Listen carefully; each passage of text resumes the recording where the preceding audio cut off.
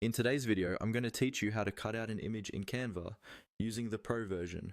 We'll walk through the process from uploading your image to removing the background cleanly so you end up with a professional looking cutout you can use in any design. Even if you're new to Canva, don't worry, I'll explain every step as we go. First, open up your Canva design or create a new one with the size you need.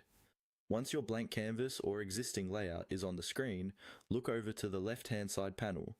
You'll see several options like templates, elements, and text. What you're looking for is the Upload section. Go ahead and click on Uploads.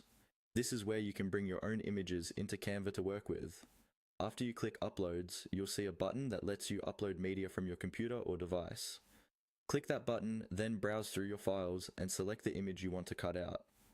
Choose a photo where the subject is fairly clear against the background, because that will help the tool work more accurately. Once you've selected the image, wait for it to finish uploading. You'll see a small thumbnail appear in your Uploads library when it's ready.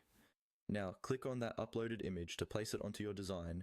You can resize it by dragging the corners and move it around until it's roughly where you want it. At this point, the image still has its original background, and we're going to remove that. With the image selected, look at the top toolbar and find the Edit Image option. Click on Edit Image to open the editing panel on the left. Since you're using Canva Pro, you should see a tool called Background Remover or BG Remover. This is the feature that automatically cuts out your subject from the background. Click on BG Remover and Canva will start processing your image.